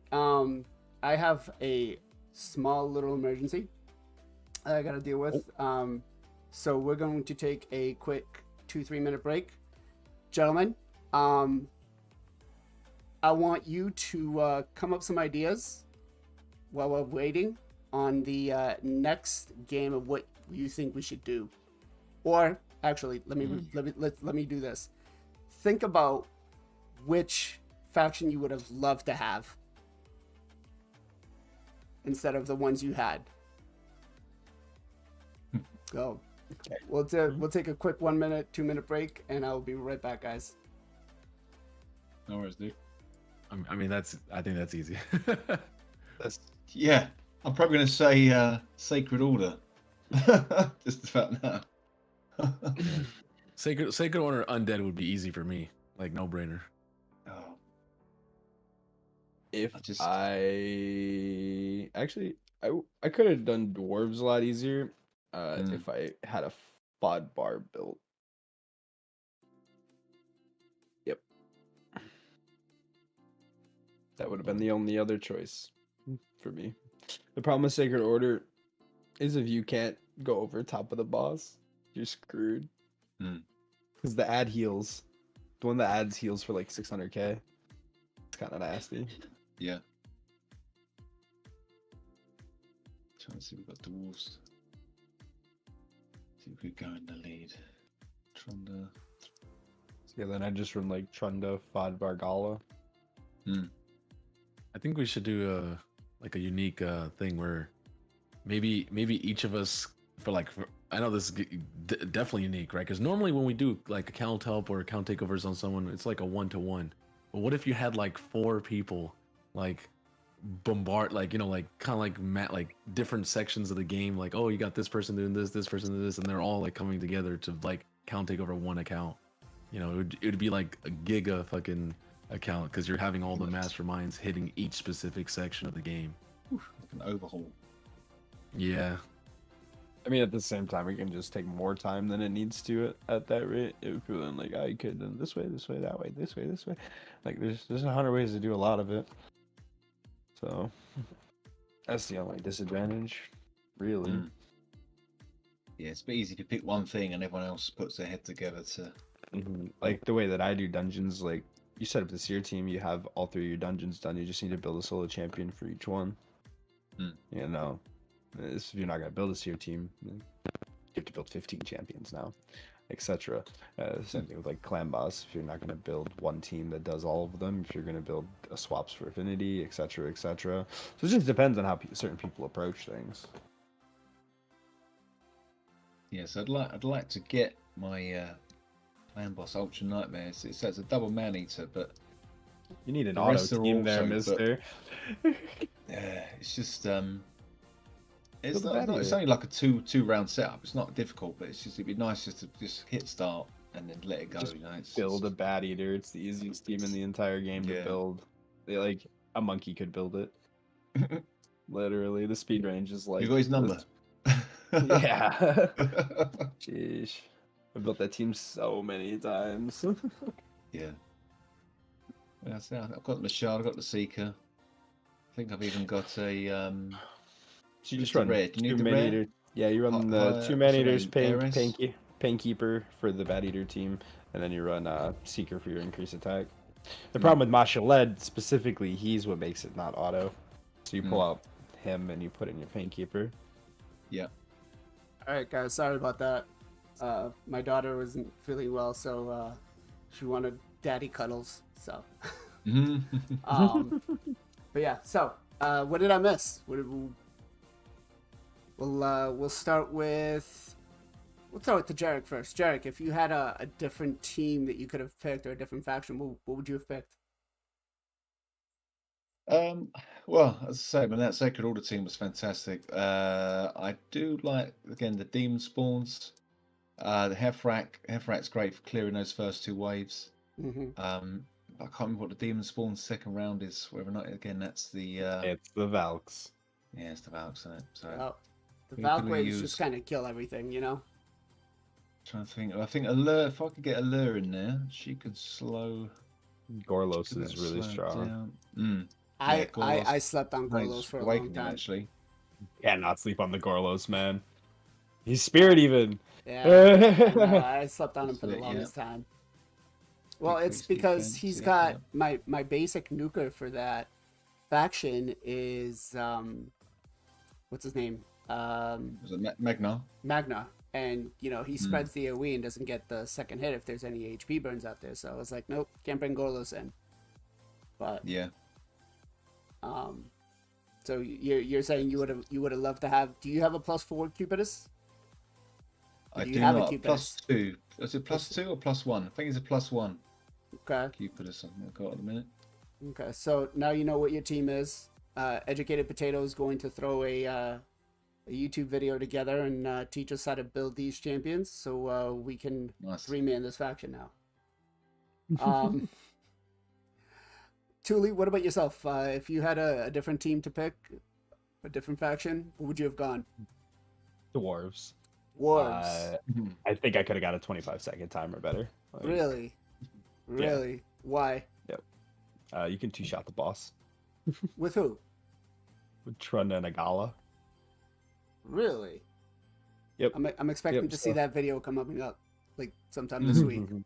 It's a heavy RNG run, so you bring Fodbar for the AoE defense down as the epic. You have to put refresh on him too. If you're trying to can't one-shot both of the waves. Then you use Trunda, and you got to get a refresh proc on one of the Trunda hits as well. Oh, okay. So Then you're talking then multiple you- Trundas. No. One Trunda. Okay. Just 2 AoEs, and you get a refresh proc. So you go Okay. Trunda, the boss, and then Gala will kill the boss with her double turn. Okay. Noah Crizia? No. Wow. Acresia does less damage than any attack nuker will. She's capped. Because of the max HP. You are capped on your damage. Okay. Like, Okay. not on every boss every time. Not every boss has the 10% HP cap and stuff like that. But if your Acresia doesn't have the crit damage built to utilize the non-capped bosses, she's not going to do as much as your attack nukers could do. Gala also ignores all the defense. Yeah. Yeah. I know Gala is a huge favorite of Sheenie's. He's basically mained her and it's like, yep, nope, she's not going anywhere. She's my number one. But that's another good content creator, by the way, guys. If you haven't already seen him, Sheenie, make sure you go sub to his channel. Doesn't cost you anything. Just click that subscribe. I know Jay, you didn't enter this event, but what about yourself? If you had to pick a faction, who would you have taken? Only have 3 really good factions are super insane. My Sacred Order is insane. Of course my Bannerlords and Undead. So I'd have to see what would be faster using Taurus or using the Vlad, because of course I have Cupidus and Phoenix and Deacon, so I could have just copied and done that. But if I wasn't doing Sacred Order, those would be the only 2 other factions that I know would get me a suit. Probably a 4th runner-up would probably be Dark Elves, because I have Marinix, Ray, I have Zavia, and I can just blow through waves with Madam or Mithral and just Unga Bunga as well. But the gear on those champions are not as insane as my Bannerlord / Undead. So it'd probably be a battle between one of those 2 factions. And I'd have to see and test it out to see which one would be better. Okay. Yeah. I'd like to see that Dark Elves, because I was trying it with Marinix, I was trying it with Madame. Who do I have as the Hey Vlad, how you doing? I can't remember who I had as my lead, but it was it was just the second wave again. It was just knocking us down. Who do we have as the lead? I don't know if I tried Harvest Jack, Bad L. Again, it's Vlad. Vlad is probably Dark Elves or something, aren't we? I think I had Mifrala to get the Hex out, and I was trying to do Marinix. I think it might be Rule as well, Rule. And Madame, I was trying Rule, Rule, Madame, and what was the other epic? I don't know what it was. But then I tried that. Have you got Durandal? Durandal's a really good nuker as well as an epic. Yeah. He's really good. Go ahead. I'm sorry. I didn't mean to cut you off. I thought you were. No, I was going to say because then you can put like Mifrala in as the lead, and Duranda and Madame as sort of to debuffer and stuff like that, and Durand just does some nukes. He's a really good nuker, but again, it's just the consistency and keeping him alive. It was just tough, real tough. So Jay, if you do it, mate, I'd like to see that bid. Me too. So while I answer mine, I'm going to ask Educated Potato, since he's the winner. Is there a different team you would have liked to pick, a different faction you would have liked to pick, other than Sacred Order if you had your choice? And while we wait for his answer, I would say that mine would have been Dark Elves, because I was thinking of doing Mithrala and Spider along with Coldheart and not letting the boss take a turn. Spider does that decreased defense when nobody thinks about it. He's very slept, underrated champion. And Mithrala will just make sure that you survive. She'll bring the increased defense. She'll bring the increased attack. And then once the Valks attack you, you get petrification on, so they don't have any more debuffs. They can't counterattack. They can't anything. So the animations are actually cut down. So he says High Elves would have been his. I'm guessing you have a few +4s in there, like a Ethos or something. But I originally was hoping to try to get Skinwalkers, and I'm surprised that nobody did pick Skinwalkers, because you have Ragash, and Ragash can actually solo that no problem, and the build isn't. It's a little bit of an in-game build. I actually did a guide on it a while back, but he can solo the whole thing in like under a minute and a half, 2 minutes. No questions asked, no problems. But all right, so we've got about a half an hour left. I'm gonna put out another video probably tomorrow, going through everybody's runs, playing them all, so you guys can see how fast they were and what they did and the RNG. But we've got about a 30-minute left, and I asked these guys to think of a couple of Q&A quality of life changes that they'd like to see in the game. I don't know if we'll be able to get through all of them, but I'm gonna throw it to Thule first and ask you, sir, what is the #1 Q&A quality of life change you'd like to see implemented in the game? Chris, make sure you're taking notes, please.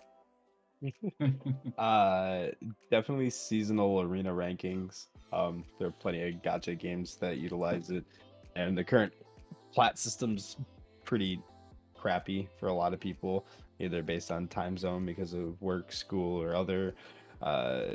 It also, the amount of time that it's relevant that you're in plat, I think is pretty silly. I think if we had a seasonal ranking system that was, a week or month or 2 weeks long or something like that, we would get a much better idea of who the best players actually are. And I don't think it'll actually change from like who's winning the trophies now to who would be the best then, but I think the average player would enjoy Arena a lot more on the high end. Right now, you have a lot of people that just discredit high-end Arena completely. They're like, well, I just not going to reach there. It's just unachievable. Yeah. No. So that's the one thing that I would like. 3v3, we kind of have that, but once you reach Gold 4, you don't get a rank. Like, it doesn't tell you where you are in comparison to everybody else. You just have your overall score for the week, right? But it doesn't give you a comparison to any of the other players in your bracket, or your win-loss ratio for the week against other players in the bracket, which would be very interesting to see as well. So that's definitely my number one quality of life. Okay. Jay, what about you? What's the number one you want to see here? The tavern. We did get some updates to the tavern, but there's still one thing that just boggles my mind. Why can't I just autofill the chant? Like, I just like how there's check marks to like in your gears, like to stats and stuff like that. Why can't I just click all uncommons? Why, and just instantly fills all 6 click. Instantly fills all 6 click.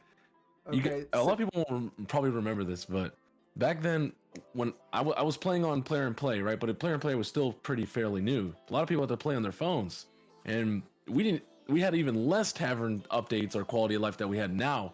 Having to sit there and click on, like, pull all misery shards, have to click every single uncommon, level up one uncommon with another one or rare, and just keep doing that. I did that for 46 hours. It was nuts. Just to win my Lissandra. Wow. To win my Lissandra. And that's 6 hours? Yes. Let me ask you, I had Jay. to beat that champion training. Like, Is she still worth it?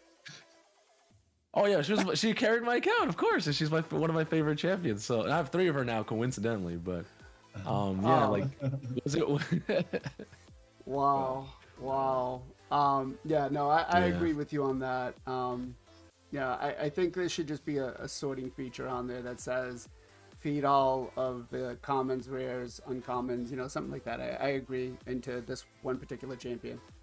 Now, I know I mentioned a little bit early in the video that we, myself and Jarec did a collab last night. We recorded it. We're going to be releasing it after this video, talking about some of these things a little more in depth. And I'm curious to see what is your number one. Well, I know what your number one is, but why don't you let the viewers know what your number one is? I will set on the. Well, the thing is, again, I think I said so many on the video that we did. I'm just going to say one that annoys me. Okay, this isn't going to be top, but this is one that gets me every single time. Right, talking about champ training, Jay. You do your first. You do a few runs in the tavern, in the campaign, and then you go to switch out your characters. Up pops up. You've just done a quest. You click it because you're changing out your characters. It takes you to the missions, and you just that gets me every time. And I'm like, man, why does it have to pop up right in that box?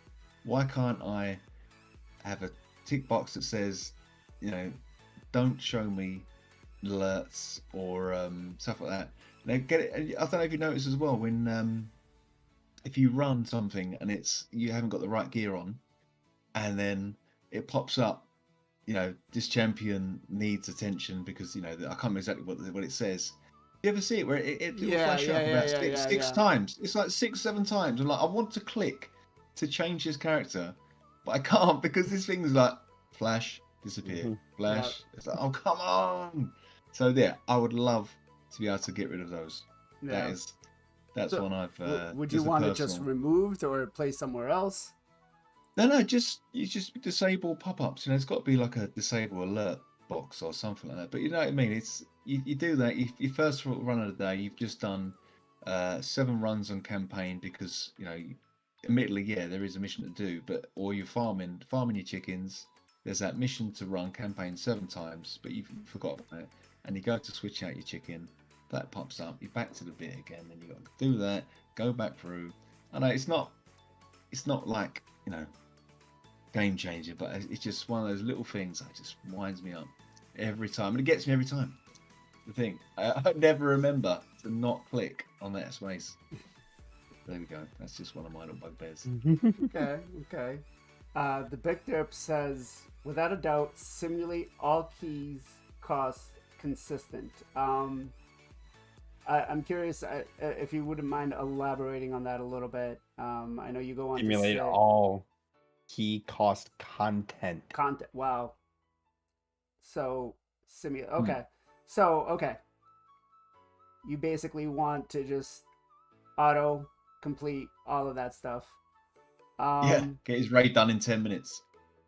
Yeah. The only problem is if he was sitting in an executive board with Plarium, they tell you you're fired, hit the road, because they want us in this game for at least 10 hours a day to meet their bottom line.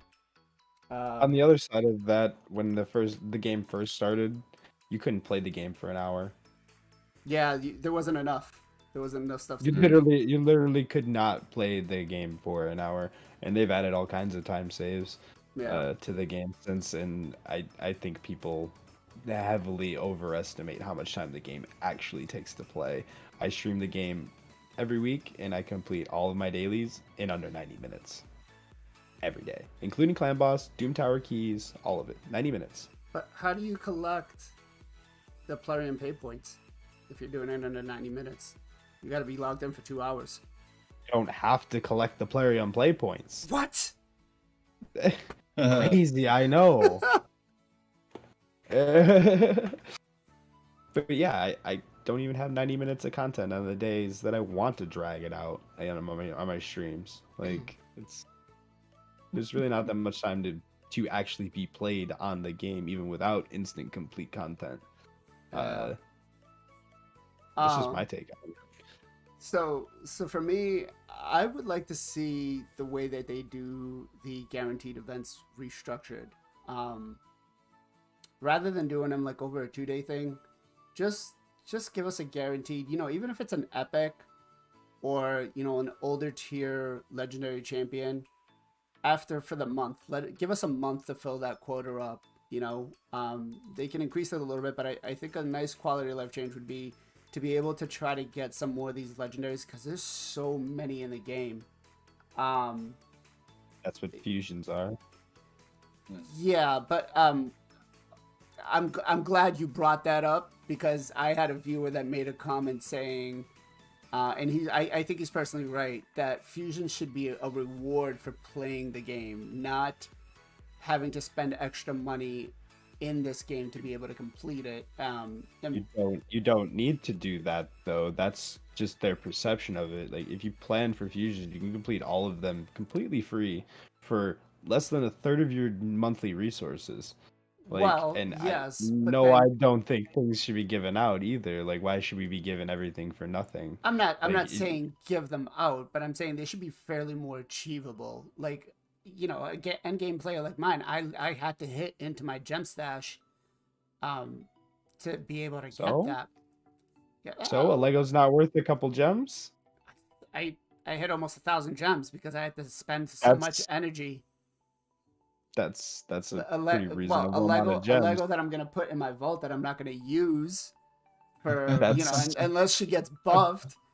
What else can you? Okay, the whole point is, what else can you get for 1,000 gems? You can't even get anywhere near what a Lego can provide to your account for 1,000 gems. Otherwise, for 1,000 gems, you can get 10. You can get 10 ancients, or you can get 2,000 energy. 2,000 energy, you might keep one piece, and the rest of it's going to be sold. And 10 ancients, you're likely not going to get a Lego either. I can get 11 ancients, not 10, and 220k silver. Okay.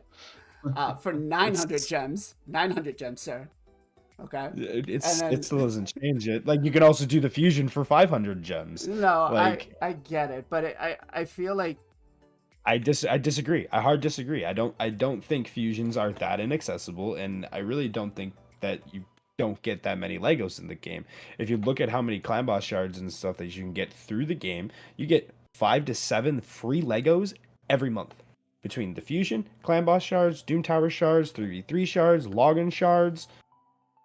Like, you're getting quite a few free things already. I don't know. How many Legos, how many champions have you pulled this month? How many Legos this month? Pulled? Yeah. On my alt that I don't buy anything, I pulled 6. 6. I pulled 6. What were they? I pulled 2 Void Legos, a Longbeard. I pulled it was a useless one. It was a third. Those were definitely those were in the last like 2 weeks, because they had the 3 2Xs. That weekend, I can't remember what it was. It was somebody else there. But yeah, I mean, you get all kinds of Legos, and I did the fusion. That's 5 right there. Yeah. Just in the last month. So for me, if I can, what I'd say personally is that I think they just need to stop moving the goalposts. I think that's probably the issue. I think for a lot of people is they know or they expect something to appear, and then it'll drop, and then they realise that suddenly it's a day or two shorter. There's 5 frags less. The summon rush is going to be more points, or I think that's the thing, or at least give fair warning to say, look, times have changed. That's happened. There's going to be an increase in that, this, that, the other, just to give people a heads up a month in advance. If they can get it that far, or they can say we're planning to do this legendary. Quick heads up. We are expecting, or this is what the rates are going to be sort of aimed at. They could easily do that. I think they could definitely do that, unless they're deciding the day it drops to put a number on the fragments required, or the fragments you're going to get for, the amount you need for a summer rush, for example. They could publish that early, I think, to give people a chance. But I think it's just from what maybe who's it asked the question? So was it Big Derp? Big Sorry, Derp, was it? Yeah. I think maybe no, that's what he's Big thinking. Derp made a comment. I had a sorry. different. It was a different viewer on one of my other videos that made the comment. Sorry, yeah. I mean that for me is maybe what it sounds like. Is Plem are constantly changing the requirements. Maybe just because in their view this champion is better than the last one they did. Maybe they think it's okay to increase it. I.e., Ilith, the Sylvan Void guy, making his guaranteed 110 voids rather than 90 or 80. Right. So yeah. This is anyway, we all understand inflation. We understand things have to change and stuff goes up. You know what I mean? But that's such a jump. And again, why not just give fair warning? Why not just say, guys, this is coming out, but there's been an increase for the next one. Just a heads up, store a few more shards. They don't even have to give us a number. They could just say, look, put a few more aside because you're probably going to need. But obviously we all know why not. They don't do it because they want us to be shortfalled and then go, oh, I'm going to have to dip into my pocket and buy that $99 pack to get those extra 20 shards. And that's exactly the reason. And it's bad, really. But, it just shows how honest or dishonest this company can get when it comes to just dollar value. Or just how poor planning players have. Well, no. That's a lot of what it comes down to. Vlad makes a perfect point here. He says fusions are hard for people who are really early game or doesn't like to open all the shards to get them. I think he's right. I think like to open their shards. If you just eat your shards, is what he's saying. No, I think he's right. I've been trying to find a player that's going to come in and play the game for a month as free to play and see how they're able to do it. Now, I feel like a lot of the content creators and everybody's like, "Oh, I'm doing a free to play. Oh, I'm doing a free to play." But the thing that changes is we all know how to play the game, so we can play it free to play if we have to, and we know how to be effective with our resources because we've been doing this. But new players coming in, I don't know how they view it, right? And so for new players, I don't think that the point system is scaled any differently. I think if it's 53 for a champion training, it's 53 for everybody across the board for end game, late game. No? Yeah. Nope. Level under 50 and under have half the thresholds. Okay. So, I mean, that's still kind of high. I think. No, not really. If you need 1,100 points for any summoning or for a dungeon event, that's significantly different than 2,200. But because the most efficient stage is like 3 or 8 or something like that. It's more efficient than 20. Like, you spend 2 seconds on any bit of YouTube or anything on how to get these points, like anybody with any game that wants to play it efficiently, you would learn that. It's not that hard to do them. The hardest part is the summoning event itself. But again, early on, they give you quite a few voids, they give you a couple sacreds, and your threshold is half of what it needs to be. Or needs to be. Half of what endgame players have. So no, I don't think so. The other part is, like, if you don't want to plan, if you want to just eat everything, then you don't get to participate in these things that pay players off for saving their resources. Yeah, but I mean, let's say you start a free to play now. How long is it going to take you to hit Ultra Nightmare Clan Boss to be able to get those rewards? That's completely champion dependent. Like, it's going to depend on what epics you pull up until then. There's nothing short of that. You're not going to just run a Kale all the way up to Ultra Nightmare. It doesn't matter how good of a player you are. You need RNG in there at some point, and I can't tell you that. I know people that could do it in 60 days. I know people that could do it in 180 days. If you want to talk about brute forcing it with accessible rares and epics that we know we're going to get by 180 days, you probably won't get there. There's really not a whole lot of champions that you can get guaranteed in 180 days that we know for sure that is, if you catch a random fusion like Helikath or Pythion or Ukko. I know plenty of people that did those fusions before they were level 50, acquired them, and have Ultra Nightmare Clan Boss teams because of them.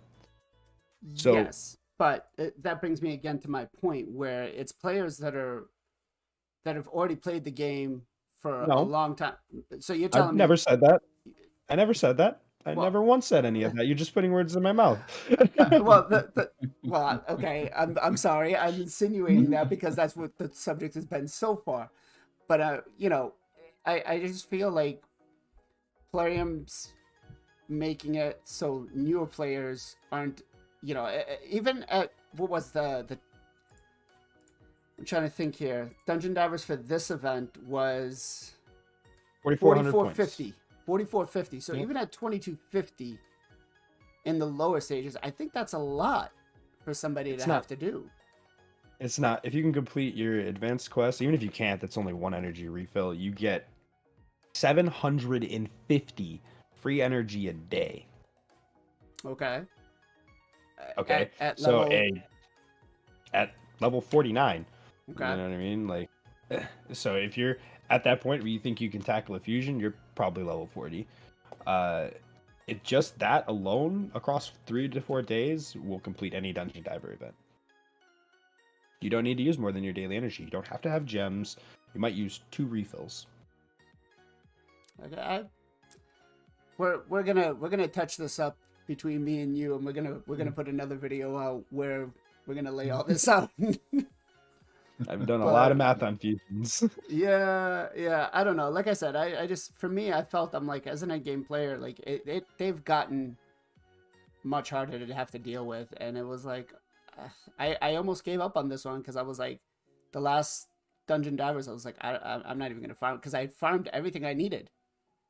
You could have skipped 2 events in the whole fusion though. So if you didn't, if I went for all the shards, that's here or there. You also could have won tournaments. You know what I mean? Then, there were 110. There were 110 fragments available. So you could, after you saw the very first Dungeon Divers, you knew if you were going to complete that one or not. You would have known if you needed to complete the summon events. How many 2Xs before that did you pull on? Also, when you knew there was a fusion coming. Oh, I've been pulling on every 2X. Right, so because they caught you with your pants down because you didn't save your shards for your fusion event, and now you're complaining that the Dungeon Divers was hard. So, well, the shard events are getting tougher. I mean, I remember like the first. They are not. Show proof. Completely yes. It was 8,000 points. It was not 8,000 points for any summon rush. It was 4,400 points. And every single fusion since Tatura that has had 20 fragments in it has been between 4,000 and 5,000 points. Go look. No, I'm sorry, not 8,000. It was 8 shards. Sorry, 8 shards. Yes, it's been between 4,000 and 5,000 points for summon rush. Every single fusion for over 18 months. I'm gonna have to go back and check. We're doing a follow up on this between me and you. We are. I'm doing my homework, and we're going. Jay looks. You just like people just say these things. People just say these things. Like, can I say something? Yeah, go ahead, Jay. Go ahead. So, I think it gives this type of like feeling, or new players. They're getting bombarded. Remember, but back then we didn't have that many 2Xs. 2Xs were every 3 to 4 months when I started playing. So when you had all your stuff saved, you were like, let's go. Like, we're pulling hundreds of shards. Like, I was pulling around 60 Ancients to 80 Ancients, which was a lot back then. because I didn't have Ultra Nightmare Clan Boss. I didn't have everything farming like crazy. But now we have 10x's, we have fragment summons, we have fusions, we have extra CVC 10x's, we have 2x's that are coming like every other week. It's just nuts. You get So midweek buy one get one free. Do you know what I mean? That's the thing. Exactly. Midweek BOGOs, right? BOGO on the legendaries. Like, it's a guaranteed champion pulling shards as well, like events. So there's all these events to pull shards, so people feel kind of incentivized, or maybe like some players are like, they don't have the discipline or the knowledge that maybe I should not do this. Because what ends up happening is, of course, as a community, we see everybody doing it on YouTube or on Twitch. They're pulling this, getting this champion, so then they get, that could happen to me. So then they want to pull their shards, and then eventually they don't get shit. They feel mad. They complain at Plarium, trash company. Oh, I got, but it was like, no, you just have to have the discipline to not pull your shards. Wait for the fusions or the fragment summons that could be game changing for your account, and then pull then. So that's it. It's the FOMO, man. Fear of missing out. People don't want to. True content creator that's sponsored by Raid. So, like you were saying, people had to wait forever to do anything in the game, and now they give us more events than we can participate in, so you can pick and choose what you have to participate in. You don't have to participate in everything. Yeah. No, there's gonna be another 2x. There's gonna be another BOGO. You know what I mean? If you think that this fusion is that impactful for your account, or you don't want to miss the fusion because it's the fusion, you need to skip on these other events. So if you plan your stuff right, you get everything you want. Yeah, I agree. They've been throwing shard event after shard event after shard event with us, and this fusion was the worst of that on that end. I think. Holy cow. Double weekender, man. That was. Now it's 2x. Then the midweek double sacreds. Oh, come on. Yeah, I don't know where. So we're at that time, guys. It's been hour and 56 minutes. It's been a lovely time with you guys, but it's gonna be that time where I gotta bid you guys adieu and go pay attention to my kids and stuff. So before we go, shout outs. Thule, we'll start out with you. Definitely gonna shout out Bront Cat Herder this week. He just started. Yep, the Cat Herder. He just started his YouTube channel this week. Put his first video up, so make sure you guys go check him out. Yep, I was talking to him last night about it. Going over a couple of things, and he did tell me. I said, anytime, let me know. We'll be on there, and we'll get you pushed out. So make sure you guys do go follow him and subscribe to him. I'll put his information in the description below. You guys, again, just a click. Doesn't cost you anything. Jay, what about yourself? I got hit up by someone, Fox Mode Gaming. They want to do a collab, so I'm definitely gonna let them, because I've already shouted out almost everyone I can. I don't want to do the same people, so I would say definitely go check out Fox Mode Gaming. Okay. Jarec, what about yourself? I just want to shout out to my clan boys, man. They're keeping everyone that joins the clan aware of my channel and stuff, and again, I'll tell them to come over here, watch the stream, which I'm pretty sure they've been commenting in the clan chat about stuff, especially when they said about the dungeon divers being a bit hard on the energy and stuff. So that's the Moko's, Toll, Oxy, and the rest of the gang. Thanks for the support, guys. Appreciate it. My shout out's actually going to go to one of the OG content creators, and it's going to be somebody who if I hadn't met him, if I hadn't talked to him, if I hadn't DM'd him and got a response from him, I probably would have never been a content creator. And that is going to be the Saffron Man. And I think, at least 3 of us here have interacted with him and has encouraged us to become content creators. So my shout out's going to go to him. I know he's been going through a lot of stuff. Just know, man, that we're here anytime. We're here to talk, hang out, talk. Anytime we're here. So so guys, as always, we will be planning the next content creator game soon. This did go a little longer than expected. We have some other things that we're planning. Educated Potato, let me know when the next day you are streaming, so we can give your viewers their prize. And you have something to say? Nope. Okay. But yeah, as always, guys, much appreciation, much love.